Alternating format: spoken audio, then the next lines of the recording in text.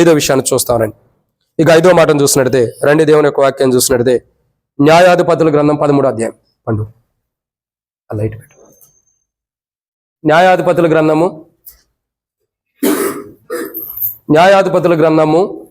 13వ అధ్యాయము 4వ వచనం. ఐదవదిగా మనం ఎలా ఉండాలి? న్యాయాధిపతుల గ్రంథము 13వ అధ్యాయము 5వ వచనం 4వ వచనం. చదువు, ఇది కొద్దిగా ఇటు పెడతాం.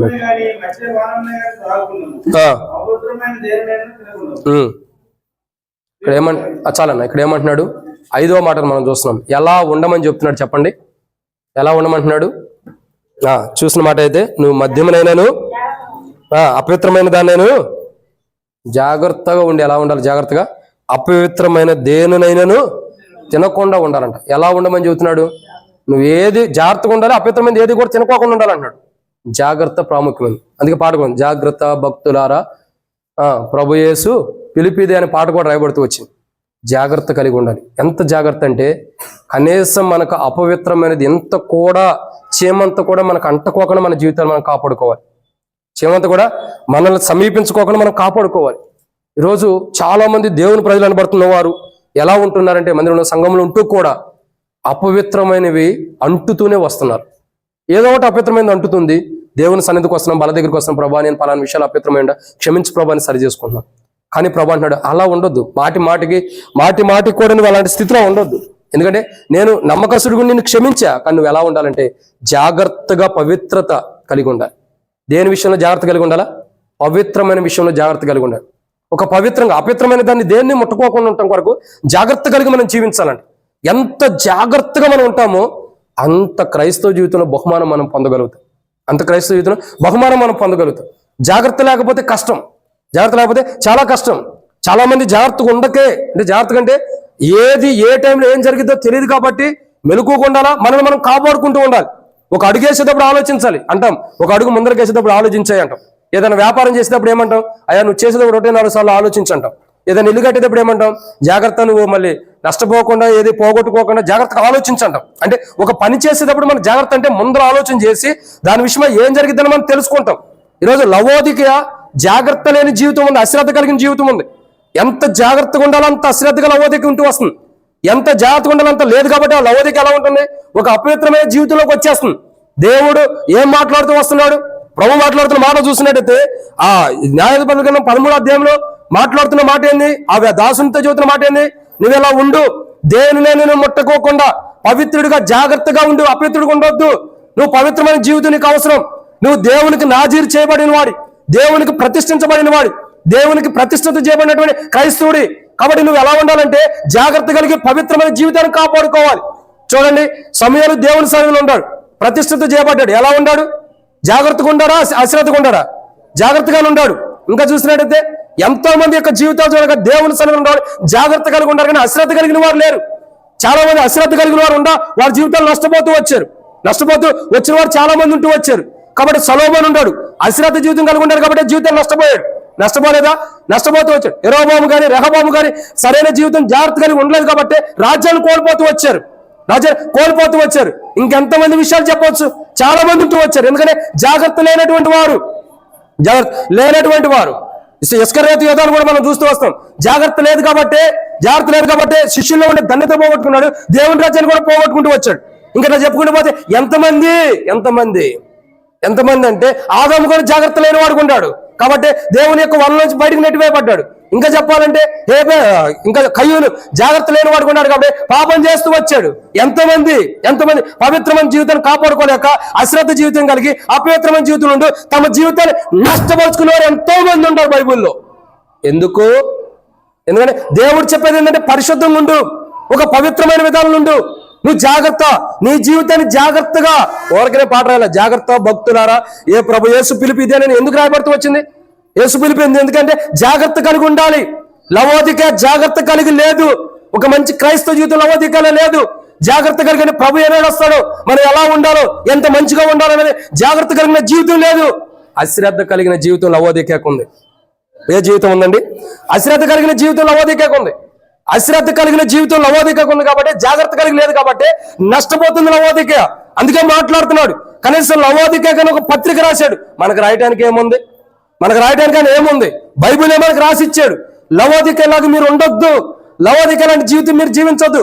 ఒకవేళ అంత్య దినముల్లో, అపాయకరమైన దినాల్లో లవోదిక సరి చేసుకుంటే దాని జీవితం బాగుంటుంది. అంటే అక్కడ ఉండే సంఘస్థుల యొక్క జీవితాలు బాగుంటాయి.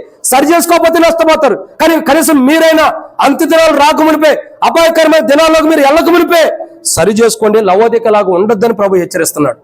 కానీ ఇప్పుడు లవోదిక ఎలా ఉందండి? అశ్రద్ధ కలిగిన జీవితం ఉంది, జాగ్రత్త లేదు, అపవిత్రమైన జీవితం కలిగి ఉంది. అందుకే ప్రభు పలు మార్లు మాట్లాడుతున్నాడు. ఇంకేమంటాడు తెలుసా? ఆయన ఒక మాట అన్నాడు, గత వారం కూడా మనం చదివాం. రండి, ప్రకటన గ్రంథం 3వ అధ్యాయం. లవోదిక యొక్క జీవితం గురించి ప్రభు మాట్లాడుతున్నాడు. ప్రకటన గ్రంథం 3వ అధ్యాయం మనం చూస్తున్నట్లయితే ఒక మాట ఉంది. ప్రకటన గ్రంథం 3వ అధ్యాయం, అక్కడ ఒక మాట ప్రభు మాట్లాడుతూ వస్తాడు. ఏమని? 3వ అధ్యాయం 17వ వచనం. నీవు దౌర్భాగ్యుడు, దిక్కుమాలిన వాడును, దరిద్రుడు, గుడ్డివాడును, దిగంబరనై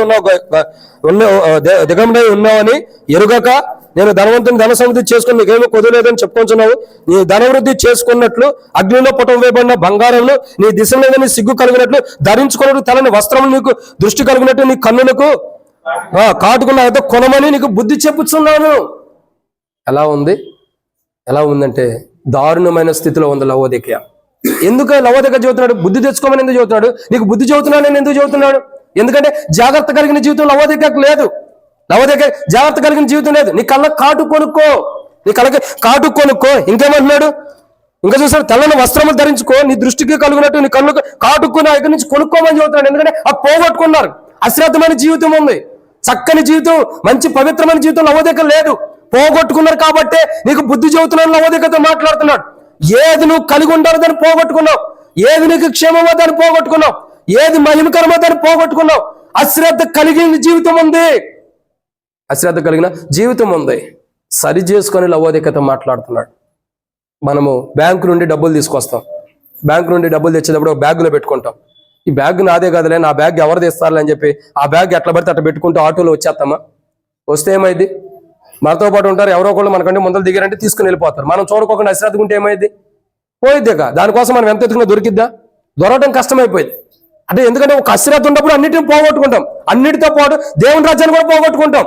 దేవుని రాజ్యంలో ఉండే ధన్యతను కూడా పోగొట్టుకుంటాం. పరలోక రాజ్యాన్ని కూడా పోగొట్టుకుంటున్నాం. అందుకే లవోదికతో మాట్లాడుతున్నాడు. అశ్రద్ధ కలిగి నువ్వు పోగొట్టుకోవద్దు దేవుని రాజ్యం. అశ్రద్ధ కలిగి అపవిత్రమైన జీవితం ద్వారా దేవుని రాజ్యాన్ని పోగొట్టుకోవద్దు. ఒక పవిత్రమైన జీవితం కలిగి జాగ్రత్త కలిగి నిన్ను కాపాడుకుంటే దేవుని రాజ్యం నీకు సిద్ధంగా ఉందని ప్రభు మాట్లాడుతున్నాడు.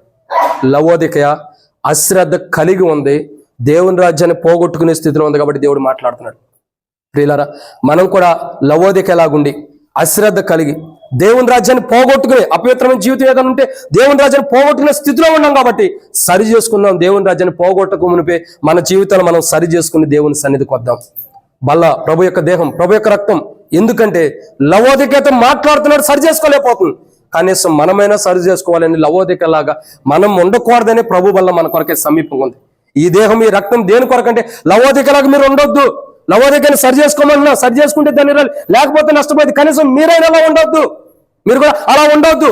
అలాంటి తప్పులు, అలాంటి పొరపాటు సరి చేసుకోమని హెచ్చరిస్తున్నాడు లవోదికలాగా మనల్ని. ఇప్పుడు మనం ఏం చేయాలా? జాగ్రత్త కలిగి ఉండాలి. ఎక్కడ అశ్రద్ధ కలిగి ఉండాము? విశ్వాస జీవితంలో, ప్రార్థనా జీవితంలో, ప్రభుత్వం ఉండే సహవాసంలో, ప్రభుత్వం ఉండే మరి సమయంలో దేంట్లో మనం అశ్రద్ధ కలిగి ఉన్నాము? దేవుని విషయాల్లో కూడా ఏ విషయాల్లో అశ్రద్ధ కలిగి ఉన్నాము దాన్ని ప్రభు దగ్గరకు వచ్చి మనం ఏం చేయాలా? సరి చేసుకోవాలి. ప్రభు దగ్గరకు వచ్చి మనం ఏం చేయాలి? సరి చేసుకోవాలి. ప్రభా, నిజమే అశ్రద్ధ కలిగిన కాబట్టి అపవిత్రంగా ఉండా, జాగ్రత్త కలిగి ఉన్నట్టయితే పరిశుద్ధంగా ఉండేవాడిని. నాలో అపవిత్రత ఉంది, అలాంటి విషయంలో నేను అపవిత్రాలుగా చేయబడుతూ వచ్చా, అలా మారుతూ నా అంతా నేనే చేసుకుంటూ వచ్చా. నాలో ఉండి అపవిత్రత తీసివే. ఎందుకంటే అజాగ్రత్తను బట్టి జాగ్రత్త కలిగి ఉంటే పరిశుద్ధమైన జీవితం ఉండేది. ఆ జీవితాన్ని కోల్పోయా. ఈ రోజు నుండి మరలా ఏదైతే అశ్రద్ధ కలిగిన జీవితం ఉందో, అజాగ్రత్త ఉందో దాన్ని తీసివేసి పరిశుద్ధమైన జీవితాన్ని నాకు ఇవ్వు. ఇప్పటి నుండి జాగ్రత్త కలిగి నువ్వు ఇచ్చిన దాన్ని కాపాడుకుంటా. కలిగిన దాన్ని కాపాడుకోమని బైబిల్ ఉంది. కలిగినది కాపాడుకోకపోతే తీసివేయబడుతుంది. అశ్రద్ధ కలిగితే ఏమైతే తీసివేయబడి మరొకరికి ఇవ్వబడింది. అట్లా నాకు కలిగిన దాన్ని పోగొట్టుకోకుండా నాకు కలిగిన దాన్ని సంపాదించుకుని దాన్ని కాపాడుకుంటూ జాగ్రత్త కలిగి ఉంటా ప్రభు అని ఒక తీర్మానం చేసుకోవాలి. లవోదిక జాగ్రత్త కలిగి లేదు, అజాగ్రత్తతో ఉంది, అశ్రద్ధతో ఉంది. కాబట్టి దేవుడు మాట్లాడుతున్నాడు, నువ్వు అలా ఉండొద్దు, సరి చేసుకోమని మాట్లాడుతున్నాడు. ఈరోజు మనతో కూడా అదే పిలుపు మనకు అందిస్తున్నాడు. సరి చేసుకుందాం. లవోదికలాగా ఉంటే మన జీవితాలు సరి చేసుకుందాం. ముగింపు కాలం ఇది. ఎందుకంటే ముగింపు కాలం. ఈ కాలంలో సరి చేసుకోవటం ఇంపార్టెంట్, సిద్ధపడటం ఇంపార్టెంట్. ఈ దినాల్లో ఈ దినాల్లో సరి చేసుకోవటం, సిద్ధపడటం ప్రాముఖ్యత ఏనాడో తెలియదు.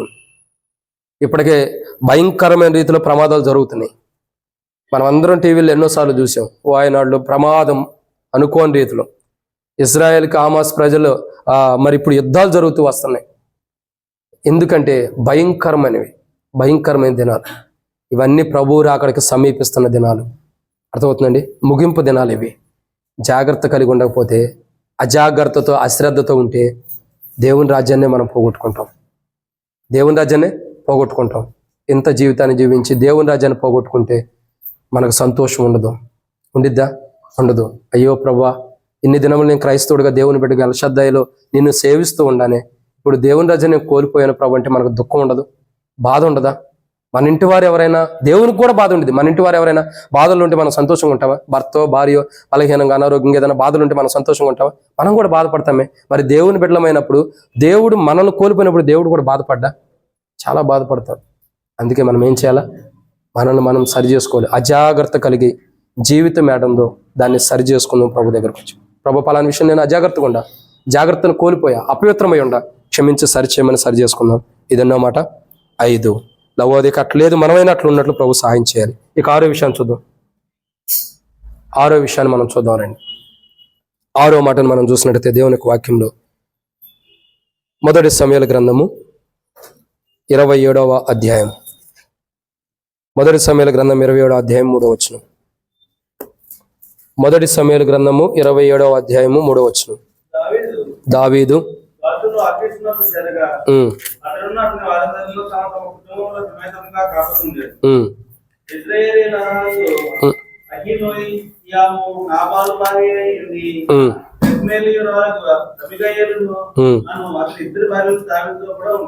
చాలన్న. కాబట్టి ఇక్కడ చూస్తున్న మాట ఏంటంటే, దావీదు భార్యలు ఎక్కడ ఉండారు?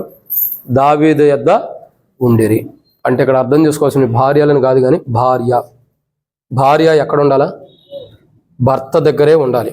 ఎక్కడ ఉండాలి? భార్య భర్త దగ్గర ఉండాలి. అంటే ఈ మాటకు అర్థం ఏంటంటే, ప్రతి వ్యక్తి కూడా సంఘము శిరస్సై ఉన్న ప్రభు దగ్గరే ఉండాలి. సంఘముగా చేర్చబడిన మనం ఎక్కడ ఉండాలా? ప్రభు దగ్గర ఉండాలి. పరలోకపు భర్త మనకు ఆయనే, పరమవరుడు అని రాయబడుతూ వచ్చింది. అంటే పరమవరుడుగా ఆయన వస్తున్నాడు. అట్లాంటప్పుడు రాయబడుతూ వచ్చిందంటే అట్లా వస్తున్నాడు. మనం ఎక్కడ ఉండాలా? దావీదు భార్యలు దావీదు దగ్గర ఉండాలి. అంటే భార్య ఎక్కడ ఉండాలా? భర్త దగ్గర ఉండాలి. మనమందరం సంఘం అంటే యేసు ప్రభు యొక్క భార్య అంటే వధువు. మనం ఎక్కడ ఉండాలా? ప్రభు దగ్గర ఉండాలి. అట్లా ఉండాలని ప్రభు కోరుకుంటున్నాడు. ప్రతి మనిషి కూడా యేసు ప్రభు వారితో కలిసి ఉండాలని ప్రభు కోరుకుంటున్నాడు. తండ్రి ఎలా ఉండాలని ఇష్టపడుతున్నాడు అంటే, మనమందరం కూడా యేసు ప్రభుతో ఉండాలని ఇష్టపడుతున్నాడు. యేసు ప్రభుతో ఉండాలని ఇష్టపడుతున్నాడు. ఎన్నో మాటలు చెప్పబడుతూ వచ్చింది. నాలో ఫలింపను ప్రతి తీగను తీసేస్తాను, నాలో ఫలించి ప్రతి తీగ ఎక్కువగా ఫలించాలనుకుంటున్నాడు. ఫలించిన దాన్ని తీసేస్తాడు, ఫలించేదాన్ని ఎక్కువగా ఫలించాలని కోరుకుంటున్నాడు. ప్రతి క్రైస్తవుడు, ప్రతి దేవుని బిడ్డ, స్వరక్తం ద్వారా సంపాదించబడిన ప్రతి బిడ్డ కూడా ఎక్కడ ఉండాలా? యేసు ప్రభుతో ఉండాలి, ప్రభుతో పాటు ఉండాలి. కానీ లవోదికయ అలా లేదు. లవోదికయ దావీదు రాజుతో పాటు తన భార్యలు ఉండాలి. దావీదు రాజు తన భార్యలు తనతో ఉండాలి. పరలోకపు రాజు అయినటువంటి యేసు ప్రభు వారి యొక్క భార్య ఆయనతో ఉండాలి. ఆయన్ని కాదని వెళ్ళకూడదు, ఆయన విడిచిపెట్టి వెళ్ళకూడదు. ఎందుకు వెళ్ళకూడదు అంటే అది చాలా అపవిత్రమైన. పాత నిబంధనలు చూసినట్టయితే ఒక స్త్రీ తన భర్తను కాదని విడనాడి వెళ్ళిపోతే ఆమె జీవిత చరిత్ర ఎంతో దారుణంగా ఉంది. పాత నిబంధనలు చూస్తే ఒక స్త్రీ తన భర్తను కాదని విడనాడి వెళ్ళిపోతే ఆమె చరిత్ర ఎంతో దారుణంగా ఉంటుంది. సో అలా ఉండకూడదు. సంఘం ఏం చేయాలా? ప్రభువుని విడిచిపెట్టి దూరంగా ఉండకూడదు. కానీ లవోదిక ఎలా ఉందంటే ప్రభువుకు దూరంగా ఉంది. ఎవరికి? ప్రభువుకి. క్రీస్తేసు సంబంధులుగా లవోదికే ఉండాలి. క్రీస్తేసు యొక్క అనుభవంలో లవోదికే ఉండాలి. కానీ ఇప్పుడు లవోదిక క్రీస్తేసు ప్రభు యొక్క రక్తం ద్వారా కడగబడినా ఎలా ఉంటుందంటే, లవోదిక చూస్తున్నట్టయితే ఉండాల్సిన భర్త అంటే ప్రభు దగ్గర లేదు. లవోదిక ప్రభువుతో పాటు ఉంటే లవోదిక ఈ మాటలను లవోదికతో ఎందుకు మాట్లాడతాడు? ప్రభువుని విడిచిపెట్టి ఉందనే కదా అర్థం. ప్రభుతో పాటు ఉంటే ప్రభు ఎందుకు మాట్లాడతాడు? అయ్యో లవోదిక నువ్వు ఇలా ఉండని ఎందుకు మాట్లాడుతున్నాడు? నీకు సిగ్గు కలుగుటకు, నీకు బుద్ధి కలుగుటకు నా దగ్గర కాటుకొని తెల్లని వస్త్రాలు ధరించుకోమని ఎందుకు చెబుతాడు? ప్రభుతో పాటు లేదు కదా లవోదిక. ఉండటానికేమో దేవుని సన్నిధిలో ఉంది, దేవుని మందిరంలో ఉంటుంది, దేవుని మందిరంలో దేవుని బిడ్డలుగా ఉంటున్నారు. కానీ ప్రభుతో ఉంటున్నా. దేహాలు మాత్రమే దేవుని మందిరంలో ఉంటున్నాయి, దేహాలు మాత్రమే దేవుని సన్నిధిలో ఉంటున్నాయి. కానీ తమ మనసు, తమ హృదయము, తమ యొక్క ఆత్మ కూడా దేవునికి దూరంగా ఉంటుంది. అందుకే లవోదికతో మాట్లాడుతున్నాడు, మరలా హెచ్చరించి ఎందుకు మాట్లాడుతున్నాడు అంటే సంఘము క్రీస్తుతో ఉండాలి. క్రీస్తుతో ఎందుకు ఉండాలి సంఘము? ఎఫెసీయులకు రాసిన పత్రిక 5వ అధ్యాయంలో ఒక మాట అంటాడు ప్రభు. ఎందుకు ఉండాలా చదవండి. అపోస్తలుడైన పౌలు ఎఫెసీయులకు రాసినటువంటి పత్రిక, అపోస్తలుడైన పౌలు ఎఫెసీయులకు రాసిన పత్రిక 5వ అధ్యాయం. సంఘం ఎందుకు క్రీస్తుతో ఉండాలి? అపోస్తలుడైన పౌలు ఎఫెసీయులకు రాసిన పత్రిక 5వ అధ్యాయం 23వ వచనం. క్రీస్తు సంఘమునకు శిరస్సై ఉన్నాడు. క్రీస్తు సంఘమునకు శిరస్సై ఉన్నలాగున పురుషుడు భార్యకు శిరస్సై ఉన్నాడు. క్రీస్తు శరీరమునకు రక్షకుడే ఉన్నాడు. సంఘము క్రీస్తునకు లోబడినట్లుగా భార్యలు కూడా ప్రతి విషయంలోనూ తమ పురుషులకు లోబడి ఉండవలను. ఏం చేయాలి? లోబడి ఉండాలి. సంఘము శిరస్సు ఎవరు? క్రీస్తే. ఇప్పుడు సంఘం ఎందుకు క్రీస్తు ఉండాలి తెలుసా? తమ శిరస్సుని కాదని దూరం వెళ్ళిపోకూడదు. తమ శిరస్సు ఏంటి? ఒక స్త్రీకి శిరస్సు ఏంటంటే ఘనత తెచ్చేది. స్త్రీకి తల గాని, తన యొక్క తల వెంట్రుకలు గాని, తన యొక్క తలంతా కూడా ఏంటి? స్త్రీకి ఘనతను తెచ్చేది. మరి అట్లాంటి ఘనతను తెచ్చే ప్రభువునే విడిచిపెడితే ఇంకా పరలోక రాజ్యం, ఘనమైన రాజ్యంలోకి ఎలా వెళ్తుంది లవోదికయ? అర్థమవుతుందండి. సంఘములకు క్రీస్తు శరీరం, క్రీస్తు ఎలా ఉంటాడు? శిరస్సుగా ఉంటాడు. ఆ శిరస్సునే వద్దనుకుంటుంది. ఇప్పుడు ఏమనుకుంటుంది? ఆ శిరస్సునే వద్దనుకుంది కాబట్టే లవోదికతో మాట్లాడుతున్నాడు. ఏ శిరస్సు అయితే ప్రాధాన్యత ఉండిద్దో, ఏ శిరస్సు ఉంటే మనుషుడికి ఘనత ఉందో ఆ శిరస్సే వద్దనుకుంటుంది. ఇప్పుడు వద్దనుకుంటే లవోదిక ఎట్లా ఉన్నట్లు? మొండెములాగా ఉన్నట్లు. ఎలా ఉన్నట్లు? మొండెములాగా. అంటే తల లేని స్థితిలో లవోదిక ఉంటుంది కాబట్టి మాట్లాడుతున్నాడు. అయ్యా మీరు అలా ఉండొద్దు, మీ జీవితాలు చాలా జాగ్రత్తగా ఉండాలి, మీరు దేవుని రాజ్యానికి రావాలి, మీరు స్వరక్తం ద్వారా సంపాదించబడిన వారు, క్రీస్తు రక్తంలో కడగబడిన వారు, కాబట్టి మీరు మొండెములాగా ఉండకూడదు. శిరస్సుగా క్రీస్తు మీకు ఉండాలి. క్రీస్తు లేనిదే పరలోక రాజ్యం మనకు లేదు. యేసుక్రీస్తు ప్రభువారు లేకపోతే దేవుని రాజ్యమే మనకు లేదు. యేసు ప్రభువారు ఉంటేనే దేవుని రాజ్యం. సంఘానికి క్రీస్తు లేనప్పుడు సంఘము పరలోక రాజ్యం ఎలా ఉంటుంది? సంఘమును సిద్ధపరిచిందే ప్రభు కదా. సంఘాన్ని తయారు చేసింది ఎవరు? సంఘాన్ని సమకూర్చింది ఎవరు? చెప్పండి, ఎవరు? ప్రభువే. మరి అటువంటి ప్రభువే లేనప్పుడు ఆయన లేకుండా పరలోక రాజ్యం ఎలా ఉంటుంది అంటే ఇక్కడ అర్థం చేసుకోవాలి. లవోదికయ శిరస్సు ఉన్న క్రీస్తుకు దూరంగా ఉంటుంది. క్రీస్తుకి దూరంగా ఉంటుంది. అందుకే మాట్లాడుతున్నాడు. దూరంగా ఉంటుందంటే అర్థం ఏంటి? క్రీస్తు మాటలకు లోబడతల. సంఘము క్రీస్తునకు లోబడినట్లుగా సంఘం ఎలా ఉండాలా? క్రీస్తుకు లోబడాలి. ఎప్పుడైతే లోబడతామో అప్పుడు ఖచ్చితంగా ఆయన మనకు శిరస్సుగా ఉంటాడు. చూడండి, శిరస్సుగా ఉన్నాడా లేదా అనడానికి ఒకటే మాట. దేవుని వాక్యము, మనం ప్రకటించబడిన వాక్యానికి మనం విధేయత చూపించు లోబడితే గానీ, లేదా దేవుని మాటకు లోబడినప్పుడు మన ఎడల క్రీస్తు శిరస్సుగా ఉన్నాడని అర్థం. ఇప్పుడు లవోదిక ఎలా ఉంది? లోబడే స్వభావం లవోదికకు లేదు. లవోదిక లోబడిన అనుభవంలో లేదు. లోబడిన అనుభవంలో లేదు కాబట్టి మాట్లాడుతున్నాడు. సంఘమునకు క్రీస్తు శిరస్సులాగా ఉండలాగున ప్రతి విషయంలో సంఘము క్రీస్తుకు లోబడినట్టు మీరు కూడా లోబడాలి. కానీ లవోదిక లోబడుతున్నా అదే హెచ్చరిస్తున్నాడు. నీవు లోబడే స్వభావం నీ దగ్గర లేదు. లోబడే స్వభావం నీ దగ్గర లేదు. లోబడే మనస్తత్వం నీ దగ్గర లేదని ప్రభు మాట్లాడుతున్నాడు. బహుశా అదే విషయం నాతోనైనా మీతోనైనా మాట్లాడుతుండదు. మనతో మాట్లాడుతుంటే లోబడే స్వభావం అది నీకైనా నాకైనా మనకు లేకపోతే లోబడే స్వభావం కలిగి ఉండటం కొరకు ప్రార్థన చేయాలి. ఈరోజు సరి చేసుకోవాలి. అట్టి సరి చేసుకోవడం కొరకు, లోబడే స్వభావాన్ని మనకు ఇవ్వడం కొరకై ఈ దేహం ఇక్కడ సిద్ధపరచబడి వచ్చింది. ఈ దేహం ఇక్కడ సిద్ధపరచబడటం కారణం ఏంటంటే లోబడే స్వభావాన్ని దేవుని ద్వారా మనకు ఇవ్వబట్టాలి. ప్రియులారా, ఇక్కడ రాయబడిన 6వ మాట, సంఘము క్రీస్తుతో అంటుకట్టబడి ఉండాలి. సంఘమునకు క్రీస్తు శిరస్సుగా ఉండాలి. సంఘము క్రీస్తునకు లోబడి ఉండాలి. అప్పుడే సంఘం దేవుని రాజ్యం ఉంటుంది. అప్పుడే సంఘమునకు ఘనత కూడా ఉంటుంది. ఆ ఘనతను కోల్పోయింది లవోదిక. అట్టి కోల్పోయిన స్థితిలో మనం ఉంటే ఈరోజు ప్రభు వాళ్ళ దగ్గరికి వచ్చి సరి చేసుకున్నాం. ప్రభా, నేను అట్టి స్థితిలో ఉండి నేను అన్నిటిని కోల్పోతూ వచ్చా, నన్ను క్షమించు ప్రభా అని ఈరోజు మనం సరి చేసుకోవాలి. 6వ మాట, లవోదికయ సంఘమునకు శిరస్సు క్రీస్తు అని భావిస్తల్లా, లోబడే స్వభావం లేదు. భావిస్తలేదంటే లోబడతల్లా. లోబడే మనస్తత్వం లవోదికయకు లేదు. అందుకే ప్రభు మాట్లాడుతుంటే హెచ్చరిస్తున్నాడు. ఈరోజు ఎలా ఉండాలని ప్రభు కోరుకున్నాడు? లవోదికయకి క్రీస్తు సంఘమునకు శిరస్సుగా ఉండి లవోదిక లోబడాలని ప్రభు కోరుకున్నాడు. అలా ఉండమన్నాడు. ఎలా ఉండాలని కోరుకున్నాడు? లోబడే విధానంలో మీరు ఉండాలనే ప్రభు అంటున్నాడు. కానీ లవోదిక లోబడే రీతిలో లేదు. ప్రభు లోబడని అంటున్నాడు, కానీ లవోదిక లోబడే స్థితిలో లేదు. లవోదికకి లోబడే స్థితి లేదు కాబట్టి, తిరుగుబాటు చేసే స్వభావం ఉంది కాబట్టి లవోదికతో హెచ్చరిస్తున్నాడు, నువ్వు సరి చేసుకోవాలి. ఒకవేళ అట్టి స్వభావం మనలో ఉంటే సరి చేసుకుందాం. ఇది 6వ మాట. 7వ విషయాన్ని చూద్దానండి. 7వ విషయం చూస్తుంటే ప్రకటన గ్రంథము 7వ అధ్యాయం 15వ వచనం.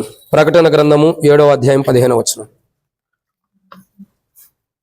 అందువలన వారు దేవుని సింహాసనం ఎదుట ఉండి రాత్రి పగలు ఆయన ఆలయంలో ఆయనను సేవించున్నారు. సింహాసనాసనులైన వారు చాలక్క ఏమని రాయబడుతూ వచ్చింది ప్రకటన గ్రంథం 7వ అధ్యాయం 15వ వచనంలో, అందువల్ల వారు దేవుని సింహాసనం ఎదుట ఉండి రాత్రి పగలు ఆయన ఆలయంలో ఆయన్ను సేవించుచున్నారు. ఎక్కడ ఉండాలంటే ఆయన సింహాసనం ఎదుట ఉండాలి. ప్రభు ఎలా ఉండాలని కోరుకుంటున్నాడు? ఆయన ఎదుట ఉండాలని కోరుకుంటున్నాడు. 24 పెద్దలు 4 జీవులు ఎక్కడుండారండి? దేవుని సింహాసనం ఎదుట ఉండారు. తమ కిరీటాలు తీసుకొచ్చి అక్కడ పడేసి ఆయన్ని సేవిస్తున్నారు కాబట్టి ఆయన స్తుతిస్తున్నారు. ఎక్కడ కూడా వాళ్ళ కిరీటాలను వాళ్ళు హెచ్చించుకోవాలా. 24 పెద్దలు ఏం చేస్తున్నారు? వాళ్ళ కిరీటాలను వాళ్ళు హెచ్చించుకున్న వాళ్ళు కాదు. 24 పెద్దలు కూడా తమ కిరీటాలను వాళ్ళు హెచ్చించుకోవాలా. మరి ఏం చేస్తున్నారు? తమ కిరీటాలు పడేస్తున్నారు. అంటే తమకు కలిగిన ఘనతను కూడా ప్రభు పాదముల దగ్గర పెడుతున్నారు. అయితే ఇక్కడ ఎలా ఉండాలి మనం అంటే ప్రభు మాట్లాడుతున్నాడు, సింహాసనం ఎదుట ఉండి ఆయన్ని సేవించాలి. ఎవరిని సేవించాలా? ఆయన్ని మాత్రమే సేవించాలి, ఇంకెవరిని సేవించుకోవాలి. మనం అనేక పర్యాయాలు సేవించేవి చాలా విషయాలు ఉంటాయి. లోకము కానీ, పాపాన్ని కానీ, అపవిత్రమైన దాన్ని అన్నిటినీ మనం సేవిస్తూ వస్తున్నాం అంటే వాటిని కొనసాగించడమే వాటిని సేవిస్తున్నామని అర్థం. వాటిని సేవిస్తున్నామని అర్థం. ఈరోజు లవోదిక ఎలా ఉందంటే ప్రభువుని సేవించే స్థితిలో లవోదిక లేదు. ఎలా లేదు? ప్రభువుని సేవించే రీతిలో, ప్రభువుని వెంబడించే స్థితిలో లవోదిక లేదు. లవోదిక వెంబడించాలంటే ఎలా ఉండాలి? ఒకడు నన్ను వెంబడించిన ఎడల ఏం చేయాలా? ప్రభు అన్నాడు, తనను తాను తగ్గించుకుని, తను ఉపేక్షించుకుని, తగ్గించుకుని, తన సిలువనెత్తుకుని నన్ను వెంబడించాలన్నాడు. ఆయన్ని వెంబడించాలంటే ఎలా ఉండాలా? మనల్ని మనం తగ్గించుకోవాలా, మనం ఉపేక్షించుకోవాలా, ఆయన సిలువనెత్తుకుని మనం వెంబడించాలి. ఆయన సిలువ అంటే శ్రమలు, అవమానాలు, నిందలు, బాధలు, దుఃఖాలు అన్నిటిని కూడా సహించుకుంటూ వెళ్ళటమే. ఆయన సిలువలో ఎన్నో అద్భుతాలు ఉన్నాయి, అవన్నీ ఆయన సహించుకుంటూ వెళ్ళాడు. లవోదిక అట్టి రీతిలో లేదు. అందుకే మాట్లాడుతున్నాడు, అలా ఉండొద్దు, అలా నువ్వు ఉండాల్సిన రీతిలో లేవు. నీవు నన్ను సేవించే రీతిలో సేవించట్లా. ఒకడు నన్ను సేవించినలా నన్ను గణపరుస్తాడు. గణపరిచిన రీతిలో కానీ, సేవించే విధానం కానీ సరిగ్గా లేదు. తను తాను ఉపేక్షించుకోవాలి, తన సిలువను ఎత్తుకోవాలి, ఆ సిలువను ఎత్తుకోవాలి, నన్ను వెంబడించాలి. అసలు సిలువెత్తుకున్న అనుభవమే లవోదికకు లేదు. అంటే శ్రమలు అనుభవించడం, బాధలు అనుభవించడం, ఆ కష్టాలు, అవమానాలు దిగమింగుకుని ప్రభు కొరకై నిలవబడిన అనుభవం లవోదికకు లేదు. ప్రభు కొరకై నిలవబడే అనుభవం లవోదికకు లేదు. ఒక శ్రమ వస్తే చాలు, దేవా నాకు ఎందుకు తీసుకొచ్చు. ఒక బాధ వస్తే చాలు, నాకు ఎందుకు తీసుకొచ్చు. ఒక ఇబ్బంది వస్తే, దేవా నాకు ఎందుకు తీసుకొచ్చు అంటే ప్రశ్నించే స్థితిలో లవోదికే ఉంది. కానీ దానిని గురించి సరి చేసుకుని వచ్చినటువంటి బాధని, కష్టాన్ని కానీ అనుభవించి దేవుని కొరకే సాక్షిగా ఉండి ఆయన సేవించే స్థితిలో లవోదిక లేదు. లవోదిక ఆయన సేవించే స్థితిలో లేదు, ఆయన్ని విమర్శించే స్థితిలో ఉంది. అందుకే ప్రభు మాట్లాడుతున్నాడు, నువ్వు అలా ఉండకూడదు. నేను ఎలా ఉండాలనుకున్నా, నిన్ను నీ సిలువను ఎత్తుకుని కానీ నా సిలువను ఎత్తుకుని వెంబడించాలని కోరుకుంటున్నా, కానీ నువ్వు అలా లేవు. ఆయన సింహాసనం ఎదుట మనం ఉండాలి. ఆయన సింహాసనం ఎదుట ఉండేవారు ఎలా ఉంటారు? 24 పెద్దలు ఏం చేస్తున్నారు? తమ కిరీటంలో ఆ కిరీటం ఇచ్చే ప్రభుని కాపాడు, అదే ఉందలే ఆయన ఘనతతో హెచ్చించుకున్నారా? లేదు. ప్రభు ఎదుట ఏం చేశాడు? ఆ సింహాసనం ఎదుట పడేశారు ఆ కిరీటాలు. ఎందుకంటే తగ్గించుకున్నారు. తన వారందరూ కూడా తమ సిలువను ఎత్తుకున్న అనుభవంలో చూపిస్తున్నారు. అక్కడ క్రీస్తు యేసు యొక్క సిలువను ఎత్తుకున్న అనుభవంలో వాళ్ళు చూపిస్తున్నారు. కాబట్టి సిలువ కంటే ఏది ఘనమైనది కాదు. కాబట్టి ఘనమైన కిరీటాలు కింద పడేస్తున్నారు. అంటే సిలువను ఎత్తుకున్న అనుభవంలోకి వచ్చారు వాళ్ళు. 24 పెద్దలు ఏం చేశారు? 24 పెద్దలు సిలువను ఎత్తుకున్న అనుభవంలోకి ఉన్నారు అక్కడ. కాబట్టి ప్రతి క్రైస్తవుడు సిలువను ఎత్తుకున్న అనుభవంలోకి రావాలంటే తమ ఘనతంతా ఈ లోకానుసారమైనది కాబట్టి కింద పడేసుకుని సిలువను ఎత్తుకుని ప్రభువుని వెంబడించాలి, ప్రభువుని సేవించాలి. ఎక్కడా కూడా 24 పెద్దలు తమను గణపరుచుకోవాలి. 24 పెద్దలు తమ గణపరుచుకున్నట్టు, తమ హెచ్చుకున్నట్టు మనం ఎక్కడా చూడం. తమ కిరీటాలు ప్రభు ఎదుట పడేసి సాగిలి పడ్డారంటే ఇంకా వాళ్ళు తగ్గించుకున్నారనే కదా. తమను తగ్గించుకుంటూ వచ్చి ప్రభుని సేవిస్తున్నారు. ప్రతి క్రైస్తవుడు కూడా తనను తాను తగ్గించుకుని, తనను తాను ఉపేక్షించుకుని, తన సిలువను ఎత్తుకుని, ప్రభు సిలువను కూడా ఎత్తుకుని ప్రభుని సేవించాలి. లవోదిక అట్టి స్థితిలో లేదు. ప్రభుని సేవించే స్థితిలో, ప్రభు యొక్క సింహాసనం ఎదుట లవోదిక లేదు. లవోదిక నరుల సింహాసనం ఎదుట ఉంటుంది. ఎక్కడ ఉంటుంది? నరుల సింహాసనం. మానవుల చేత నిర్మాణం చేయబడిన సింహాసనాన్ని కోరుకుంటుంది. కానీ ప్రభు యొక్క సింహాసనం ఎదుట తనను తాను తగ్గించుకోవడానికి కోరుకోవట్ల. అందుకే లవోదికతో మాట్లాడుతున్నాడు, నువ్వు మానవుల ద్వారా నిర్మాణం చేయబడిన సింహాసనం కోరుకుంటావు, కానీ దేవుని సింహాసనం ఎదుట నువ్వు తగ్గించుకోవడానికి కోరుకోవట్లా, తగ్గించుకోవడానికి ఇష్టపడతలేదు. తద్వారానే నువ్వు నన్ను సేవించలేకపోతున్నావు. నీవైతే నా సింహాసనం ఎదుటి నన్ను సేవించాలన్నది నేను కోరుకుంటున్నా, కానీ లవోదిక అలా లేదు. ప్రభు ఎలా ఉండాలనుకున్నాడు లవోదిక? ప్రభు సింహాసనం ఎదుటి ప్రభుని సేవించాలని కోరుకుంటాడు, అలా సేవించలేకపోతుంది. ప్రభుని ఆశించిన రీతిలో లవోదిక సేవించలేకపోతుంది. ఈరోజు నీవైనా నేనైనా మనమందరం కూడా ప్రభు ఆశించిన రీతిలో ప్రభువుని సేవించలేకపోతున్నామా? ప్రభు కోరుకున్న రీతిలో ప్రభువుని సేవించలేకపోతున్నామా? అసలు ఎంతవరకు మనం ప్రభువుని సేవించగలుగుతున్నాం?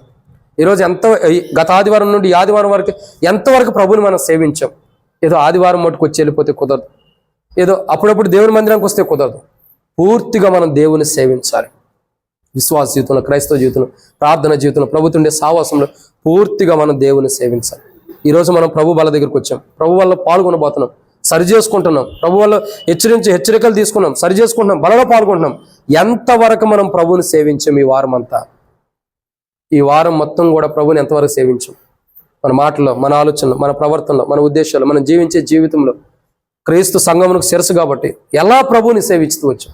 ఎంతవరకు ప్రభువుని సేవించాం? ఇంకా ఈరోజు కూడా ప్రభువుని సేవించే అనుభవం లేకుండా ప్రభు వల్ల పాల్గొంటే దేవుని తీర్పుని తెచ్చుకుంటాం. లవోదికయ ప్రభువుని సేవించే అనుభవం లేకుండానే బలలో పాల్గొంటుంది కాబట్టి దేవుని తీర్పుని తెచ్చుకుంటాం.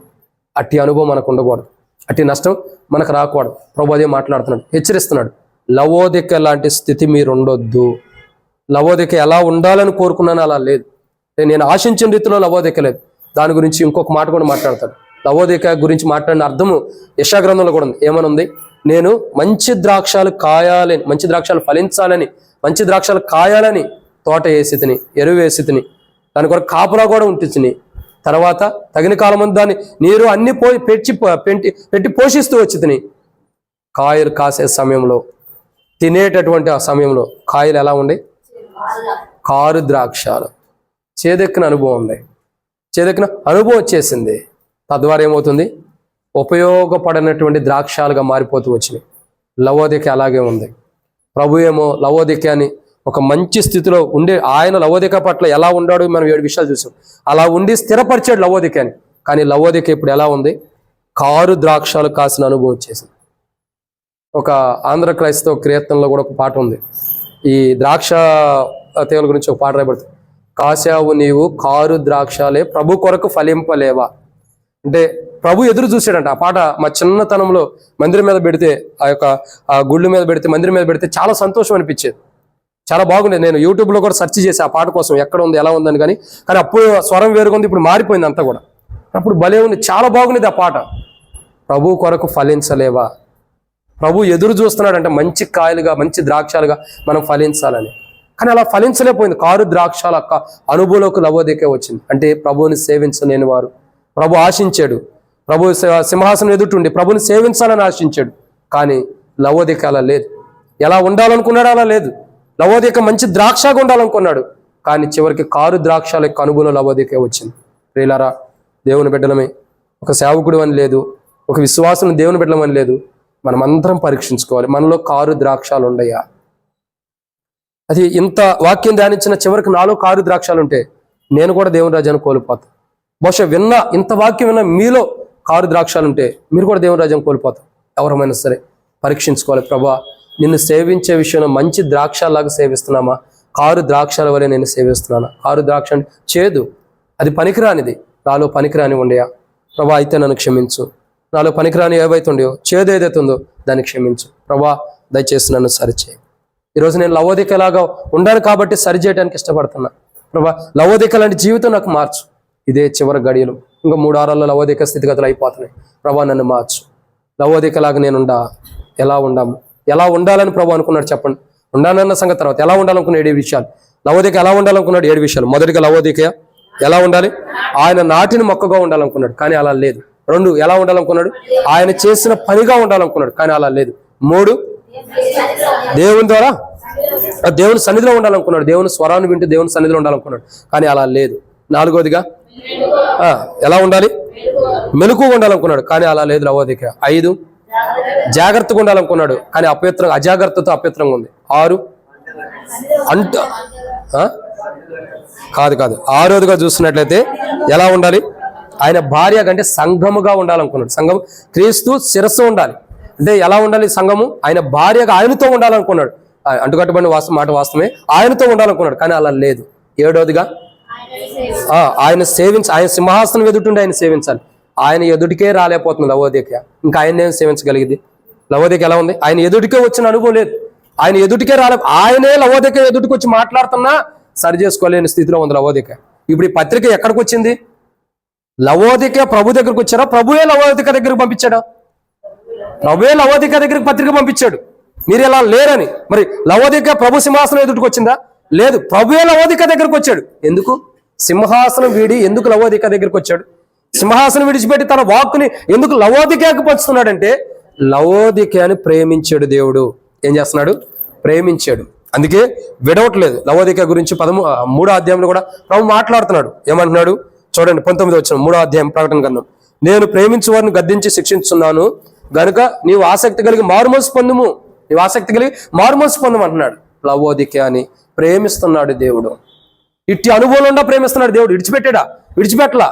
అది లవోదిక ప్రభు నాటిని మొక్కవలే లేదు, గురుగుల వలె ఉంది. పని దేవుడు చేసిన పని అంటే పరలోక రాజ్యంగా లేకపోయినప్పటికి కూడా, ఇంకా చూసినట్టయితే లవోదిక స్థితిగతులు చూసినట్టయితే దేవుని సన్నిధిలో లేకపోయినప్పటికీ, లవోదిక మెరుగుగా లేకపోయినప్పటికీ, లవోదిక జాగ్రత్త కలిగి ఉండకుండా అపవిత్రంగా ఉన్నప్పటికి కూడా, లవోదిక సంఘముగా అంటే క్రీస్తు తమకు శరీరంగా లేకపోయినప్పటికీ, లవోదిక 7వదిగా చూసినట్లయితే దేవుని సింహాసనం ఎదుట లేకపోయినప్పటికీ, ఆయన సేవించపోయినప్పటికీ ప్రభు ప్రేమిస్తున్నాడు. ఇంకా ఈ స్థితిలో ఉండా ప్రభు విడిచిపెట్టలా. అంటే ఇట్టి స్థితిలో ఏదంతర అనుభవం లవోదిక ఉంది, కానీ విడిచిపెడతలా. మరి ఏం చేస్తున్నాడు?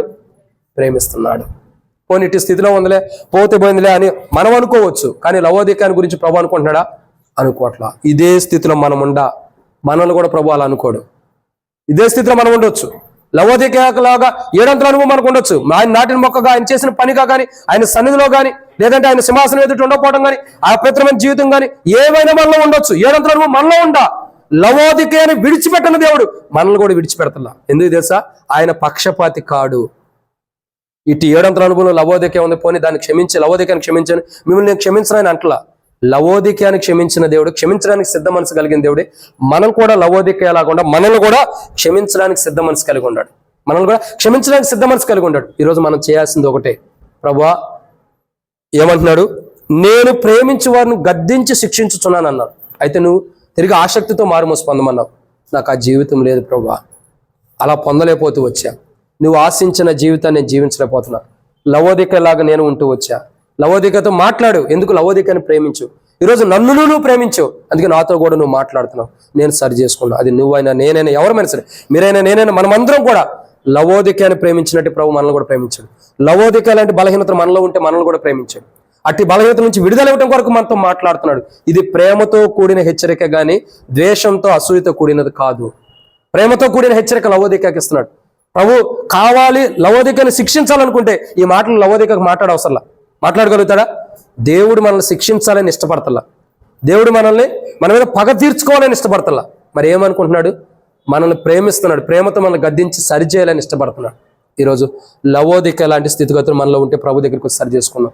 ప్రియ సహోదరులారా, యవనస్తురాలారా, వృద్ధాప్యులుండైనా, నడివయసులుండా, మనం ఎవరైనా సరే లవోదిక లాంటి స్థితి మనలో ఉంటే ఆయన మనల్ని ప్రేమిస్తున్నాడని గుర్తెరుగు. అంటే నీలో ఉన్న బలహీనతను బట్టి నువ్వు బాధపడు, దుఃఖపడు, సరి చేసుకోవడానికి దుఃఖపడు, అంతేగాని దూరంగా వెళ్ళిపోవద్దు. ఎందుకంటే ఆయన నిన్ను ప్రేమిస్తున్నాడు. ఎందుకు హెచ్చరిస్తున్నాడు అంటే సరి చేసుకోవడానికి. ఈరోజు మనం ప్రభు బల దగ్గరికి వద్దాం.